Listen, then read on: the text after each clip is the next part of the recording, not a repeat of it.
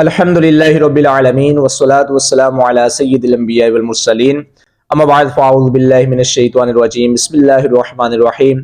ناظرین کرام، social media کے اوپر ایک حدیث مبارکہ بہت زیادہ شیئر کی جا رہی ہے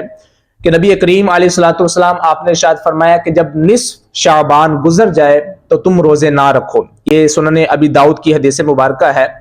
اس کے بارے میں یہ سوال کیا گیا ہے کہ کیا نصف شعبان کے بعد ہم روزے رکھ سکتے ہیں یا نہیں رکھ سکتے، اور یہ حدیث مبارکہ جو ہمیں پہنچی ہے یہ صحیح ہے، صحت والی ہے یا ضعیف ہے، اس کے بارے میں آج ہم گفتگو کریں گے۔ جواب سننے سے پہلے دو چار باتیں ذہن نشین فرما لیجئے کہ فرائض و واجبات کے ساتھ ساتھ نفلی عبادات کی کثرت کرنا اللہ تبارک و تعالیٰ کے قرب کو حاصل کرنے کا ایک ذریعہ ہے، بالخصوص روزہ کہ اس کی جزا اللہ تبارک و تعالیٰ خود عطا فرمائے گا۔ اور پھر نبی کریم علیہ الصلوۃ والسلام آپ سے بھی نفلی روزوں کا اہتمام فرمانا ثابت ہے، بالخصوص ماہ شعبان کا، کہ محبوب کریم علیہ الصلوۃ والسلام اس مبارک مہینے کے اکثر بلکہ پورے ماہ کے روزے رکھا کرتے تھے، یہاں تک کہ رمضان شریف تشریف لے آتا۔ اور پھر رمضان المبارک کے بعد سب سے زیادہ افضل جو روزے قرار دیے گئے ہیں وہ ماہ شعبان المکرم کے قرار دیے گئے ہیں۔ لیکن ان نفلی عبادات کے ساتھ ساتھ اللہ تبارک و تعالیٰ نے انسان کے اوپر کچھ حقوق بھی لازم کیے ہیں۔ مثال کے طور پر رزق کمانا، فرائض و واجبات کو ادا کرنا۔ اگر وہ ایسا انسان ہے کہ وہ اگر نوافل کی طرف زیادہ بڑھتا ہے تو اس کے فرائض میں کمی آتی ہے، تو اس صورت میں اس کے لیے جائز نہیں ہے کہ وہ نفلی عبادات کرے، اس پر یہی لازم ہے کہ وہ فرائض و واجبات کو ادا کرے۔ اور اگر ایسا انسان ہے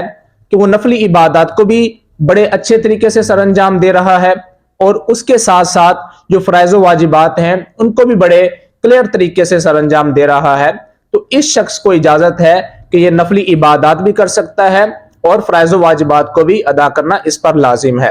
اب ہم بات کر لیتے ہیں اس حدیث مبارکہ کی جس کے بارے میں کویسچن کیا گیا۔ تو اس حدیث مبارکہ کے اندر مطلقاً ممانعت ہر شخص کے لیے نہیں ہے، بلکہ یہ ممانعت اس شخص کے لیے ہے کہ جو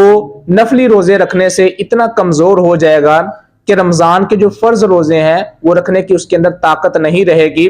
اس شخص کے لیے حکم ہے کہ نصف شعبان کے بعد وہ روزے نہ رکھے تاکہ اس کے اندر کچھ نہ کچھ طاقت آ جائے اور پھر وہ رمضان کے مسلسل روزے رکھ سکے جو کہ اس کے اوپر فرض ہے۔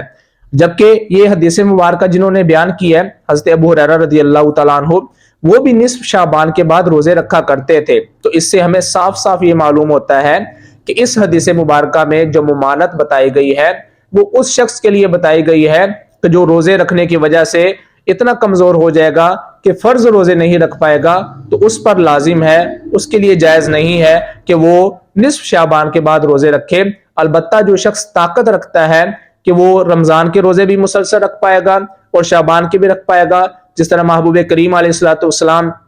آپ رکھا کرتے تھے، تو بالکل جائز ہے، بالکل اجازت ہے، حضور علیہ الصلوۃ والسلام سے ثابت ہے روزے رکھنا،